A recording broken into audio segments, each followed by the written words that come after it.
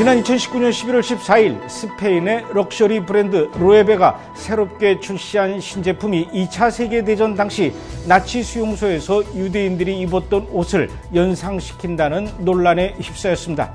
이에 대해 유명 브랜드의 디자인 표절 등을 고발하면서 160만 명의 팔로워를 보유한 인스타 계정 다이어트 프라다는 같은 날 로에베 제품 사진을 게재하고 이 옷은 강제 수용소 옷 외에 아무것도 상상할 수 없는 옷이라며 공개적으로 비난했습니다.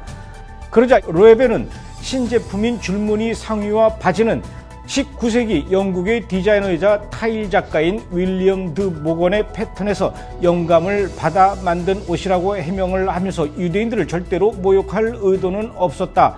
상처를 입은 사람들에게 사과를 하고 모든 상품을 진열대에서 치우고 해당 제품들을 전량 회수하겠다 이렇게 발표했습니다. 과연 스페인의 유명한 패션 브랜드 로에베가 이런 의상을 만들어 출시한 것이 왜 문제가 되었는지, 그리고 왜 다른 나라도 아니라 스페인이라서 더욱 문제가 되었는지 오늘 브랜드 브리핑에서 알아보도록 하겠습니다.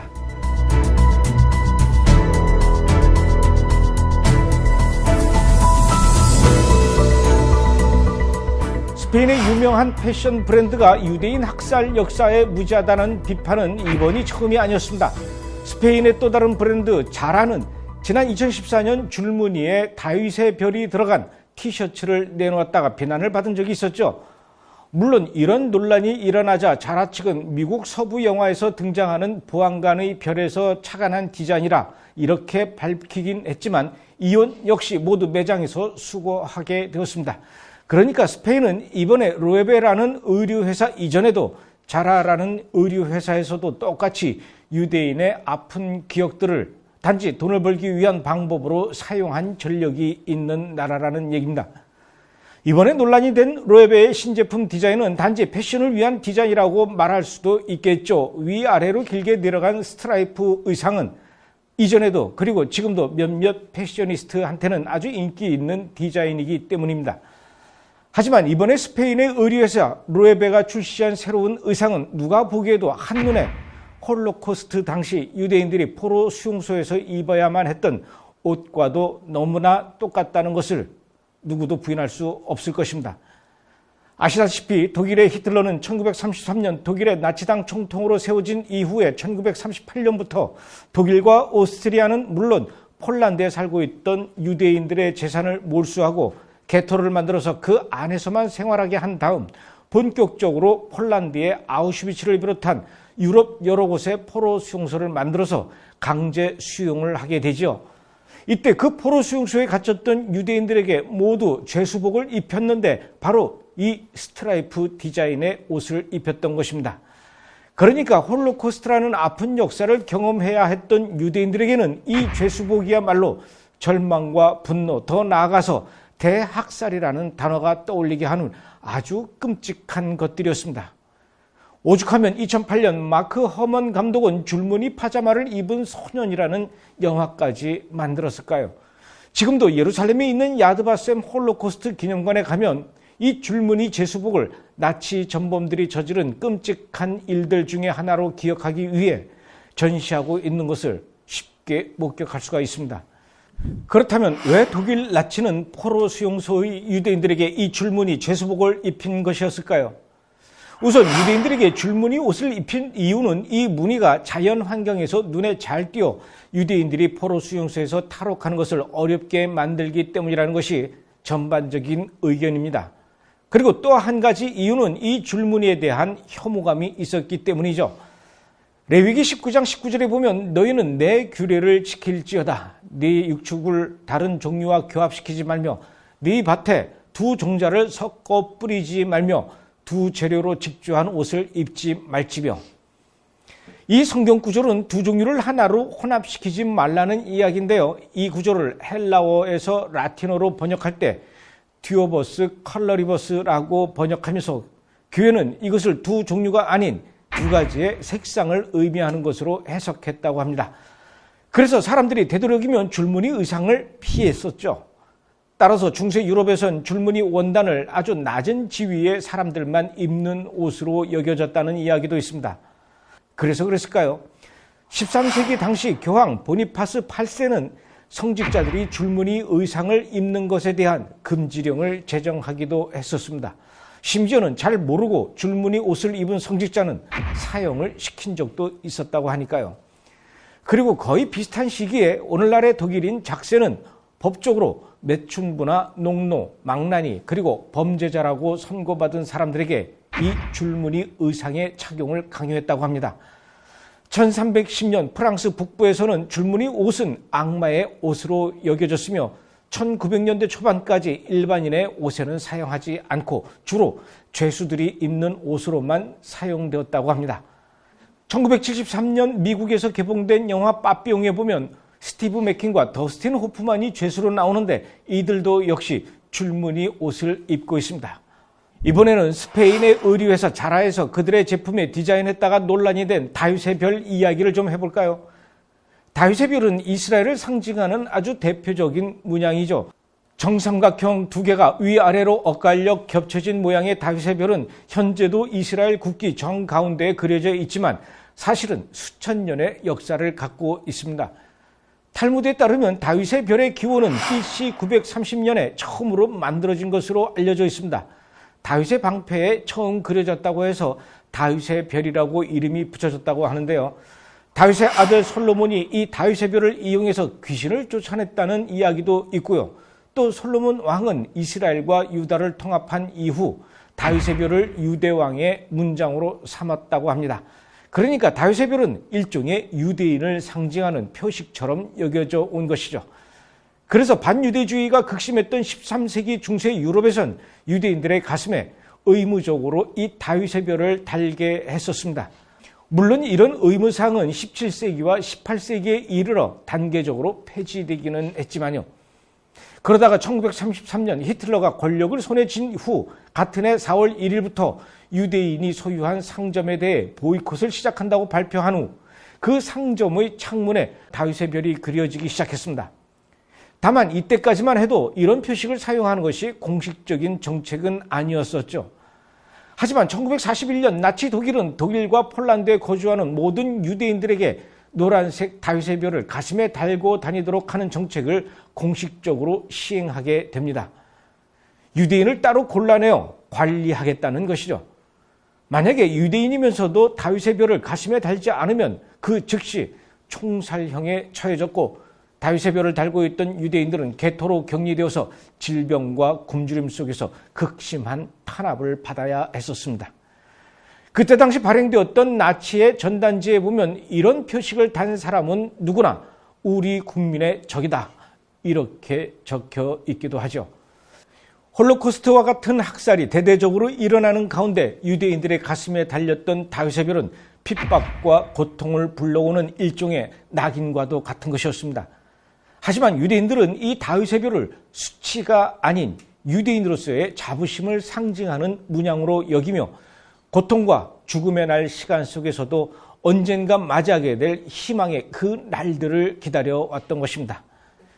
결국 2차 세계대전이 끝나고 이스라엘의 독립이 되었을 때 다윗의 별은 순교와 영웅의 표상이 되었고 1948년 나라의 새로운 국기와 문양을 지정하는 자리에서 다윗의 별은 이스라엘의 공식적인 상징으로 인정받게 되었습니다.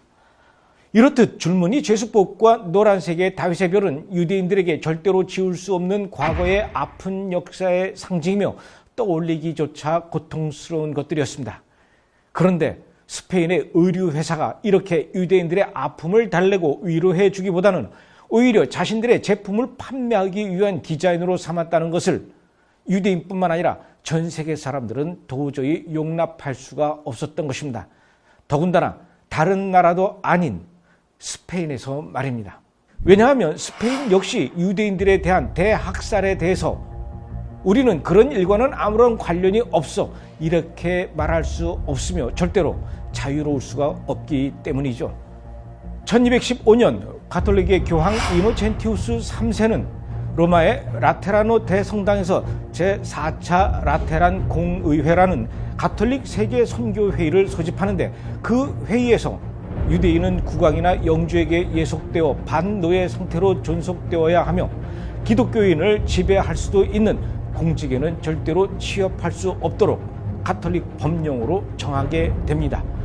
이를 계기로 유대인들은 예수를 십자가에 못 박은 아주 저급한 신분으로 추락하게 되고 유럽에서의 본격적인 반유대주의, 즉 안티세미티즘이 급부상하면서 유럽 전체로 퍼져나가기 시작을 하게 되죠. 15세기 무렵 스페인과 포르투갈이 있는 이베리아 반도에서는 전 세계에 흩어져 살던 유대인들의 절반을 차지할 만큼 아주 많은 유대인들이 살고 있었고, 특히 스페인에서의 유대인 숫자는 전체 국민 중에 약 6.5%였었다고 합니다. 바로 이 스페인에서의 반유대주의, 반유대인 열풍은 그야말로 상상을 초월했죠. 1366년부터 3년 동안 가톨릭 국가인 카스티아 왕국에서는 왕위를 두고 엘리케 2세와 이복 형제 페드로 간의 내전이 일어나게 됩니다. 이때 반유대주의를 내세우며 도시민들의 지지를 얻고 내전을 승리로 이끈 엘리케 2세가 자신의 반대파인 페드로를 지지하는 유대인들을 대규모로 학살을 하게 됩니다. 특히나 유럽 인구의 3분의 1을 죽음에 이르게 했던 흑사병과 이베리아 반도 전체에 불어닥친 가뭄, 중앙 권력과 지방 권력 간의 갈등으로 불거진 정치적 불안, 그리고 엎친 데 덮친 격으로 1385년에 있었던 이웃나라 포르투갈과의 전쟁에서 패배하면서 카스티아 국민들의 총체적인 불만을 잠재우기 위해 그 희생양으로 애꿎은 유대인들이 타겟이 되었던 것이었습니다. 1390년 당시 유럽에서 가장 강력한 유대인 집단 정착촌이었던 세비야를 비롯해서 톨레도, 카탈루냐 지역에서는 스페인 국민들에 의해 반유대주의 공격과 학살이 자행되기 시작했는데요. 특히 1391년 6월 6일 하루 동안만 세비야에서 가톨릭으로 개종하지 않겠다는 약 4,000명의 유대인들이 집단으로 살해되었고, 그들의 집이 공격당하고 파괴되었으며, 만약에 살해되지 않은 유대인들은 살해되지 않기 위해서 강제로 개종을 해야만 했었습니다. 이런 식의 유대인 대학살의 행진은 3개월 내에 스페인 전역에서 70개 이상의 다른 도시와 마을에 계속해서 퍼져나갔습니다. 당시 20만 명 정도였던 유대인들 가운데 약 1만 명 정도가 죽임을 당했었고요. 1478년 스페인은 가톨릭의 교황 식스투스 4세로부터 허락을 받고 스페인 국왕의 칙령으로 강력한 종교 재판소를 만들게 됩니다. 이로써 스페인에서는 본격적인 대규모 유대인 탄압과 이단 신문의 장이 마련되기에 이르게 됩니다. 물론 스페인 이전에도 프랑스에서 종교재판소가 있었긴 했지만 스페인의 종교재판소는 잔인하기로 아주 악명이 높았었습니다. 스페인 전역에는 약 2만 명의 이단 신문관들이 활동하고 있었다고 하는데요. 이단으로 판명이 나거나 가톨릭에서 다른 종교로 개종을 했다는 것이 밝혀지면 화형을 당하는 것뿐만 아니라 전 재산을 아주 몰수당했다고 합니다. 유대인들에게 끊임없이 가톨릭으로의 개종을 요구하면서 이때 당시 어쩔 수 없이 가톨릭으로 개종한 유대인들의 숫자가 약 10만 명 정도 되었다고 합니다. 이때 유대교에서 가톨릭으로 개종한 유대인들을 가리켜 콘베르소스라고 부르는데요. 스페인의 가톨릭은 이 콘베르소스 유대인, 즉 유대교에서 가톨릭으로 개종한 사람들을 위장 개종자라고, 또 신앙의 자존심도 없이 함부로 개종을 했다며 또다시 핍박을 가하기 시작했습니다. 그때 당시 스페인의 종교재판소 소장으로 있었던 토르케마다는 그가 죽을 때까지 18년 동안 29만 명의 유대인들의 재산을 몰수하거나 토굴 속에 투옥시켰고 8만 명을 산채로 불태워 죽였다고 전해지고 있으니 그 당시 종교재판이 스페인 전역에서 얼마나 끔찍하게 번져나갔고 수많은 유대인들이 끔찍하게 희생당했었는지를 좀처럼 가늠하기가 쉽지 않습니다. 1492년 3월 31일 스페인 통일왕국을 수립한 이사벨과 페르난도 2세는 또다시 스페인에 거주하던 유대인들에게 4개월 내로 스페인에서 모두 떠날 것을 칙령으로 발표합니다. 유대인들이 스페인을 떠날 때는 금과 은은 갖고 나갈 수가 없지만 부동산과 갖가지 재산은 팔고 떠나도 된다. 이런 단서 조항이 있었죠. 하지만 사실상 4개월 내로 유대인들이 소유하고 있었던 모든 재산을 처분하기란 거의 불가능한 일이었습니다. 이런 상황을 뻔히 알면서도 재산을 팔도록 허락한 것은 사실상 유대인들의 모든 재산을 빼앗으려는 의도가 너무나 다분했습니다. 결국 어쩔 수 없이 유대인들은 자신들이 소유하고 있던 땅을 닭 몇 마리와 바꾸고 자신들이 소유하고 있던 값비싼 가구들을 그저 포도 몇 송이와 바꾸고 거의 빈털터리가 되어서 스페인을 떠날 수밖에 없었습니다. 이 칙령을 바로 아람브라 칙령이라고 부르죠. 도대체 스페인은 왜 그랬을까요? 당시 스페인은 오랜 전쟁으로 인해서 국고가 부족했었고 이 부족한 재정을 과거에도 그랬던 것처럼 또다시 유대인으로부터 재산을 빼앗아 충당하려고 했었던 것입니다. 그야말로 알거지가 되어서 느닷없이 스페인에서 추방을 당해야만 했던 유대인들은 그 이후에 영국과 네덜란드 등 다른 유럽 국가로 이주하게 됩니다. 이때 당시에 스페인을 떠난 유대인들의 숫자가 약 17만 명 정도 되었다고 하는데요. 이들은 대부분 스페인에서 금융과 유통망을 장악하고 있었던 사람들이었습니다.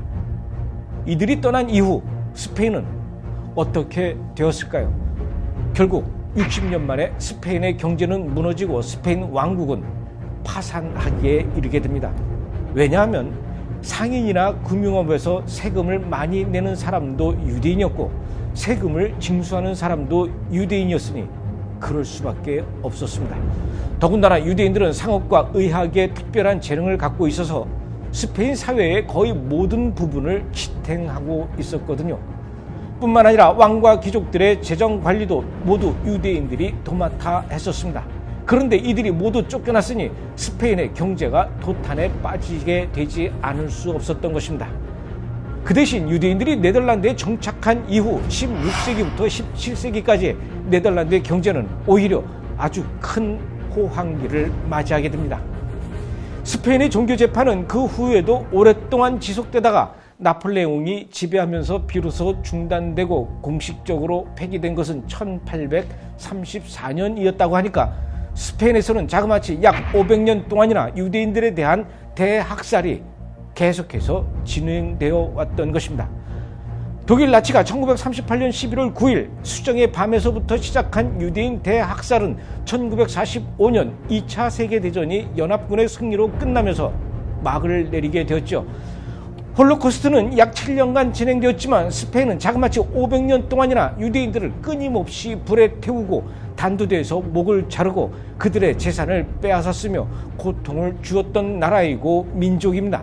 그런 나라와 그런 민족이 유대인들을 향해서 그들의 선조들이 당해야 했던 그 끔찍한 일에 대해 사죄를 하고 용서를 구해도 모자랄 판에 어떻게 이렇게 유대인들이 끔찍하게 생각하는 줄무늬 옷을 만들어 팔 생각을 하고 또 다윗의 별이 들어간 제품을 디자인이랍시고 만들어 팔 생각을 할 수 있었을까요?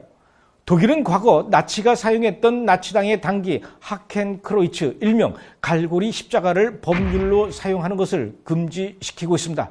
독일은 어떠한 경우에도 하켄크로이츠를 비롯해서 나치 제복과 나치 상징물들을 패션 의류에 디자인하거나 상품화하는 일은 절대로 없습니다. 만약에 그랬다가는 3년 이하의 징역형이나 벌금형에 처해지게 되죠. 심지어는 예전에 히틀러가 했던 오른손을 높이 들어 했던 경례도 독일에선 절대로 금하고 있는 일입니다. 그런데 스페인은 아직도 이렇게 과거 자신들의 선조들이 저질렀던 만행들을 무시하고 돈을 벌기 위해 그런 디자인을 만들 수가 있는 것일까요? 그나마 다행스러운 것은 아직까지는 이런 반유대주의적 행태를 고발하고 비난하는 사람들이 이 세상에 분명히 존재한다는 것입니다. 하지만 앞으로 이러한 무지함이 계속되고 사람들의 문화를 주도하는 기업들에서 실수인 척 반유대주의 상징을 대중들에게 주입시키고 반유대주의적 흐름을 유도한다면 언젠가 유대인들이 겪은 그 참담한 죽음마저 하나의 상품으로 취급되며 그에 대한 정당한 비난이 오히려 시대에 뒤떨어진 행동이라며 비웃음당하지 않을까 그런 우려도 드는 것입니다. 마치 과거 독일과 스페인 등 유럽 전역에서 유대인에 대한 반인륜적인 행동들이 아주 당연시 여겨졌던 것처럼 말입니다. 유대인 대학살이라는 역사를 잊은 채 무지함으로 벌어진 스페인 패션 브랜드의 실수들은 사소한 것 같지만 사실 우리를 깨우는 경고와도 같다는 생각이 듭니다. 잔물결이 점점 커져서 큰 파도가 되는 것처럼 또다시 세상을 덮을 반유대주의 파도가 이렇게 서서히 몰려오고 있다는 것이죠.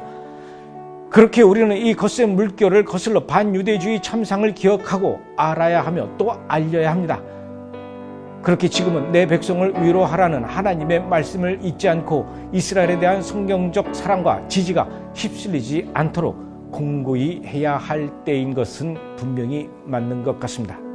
이번 주 브레드 브리핑이었습니다.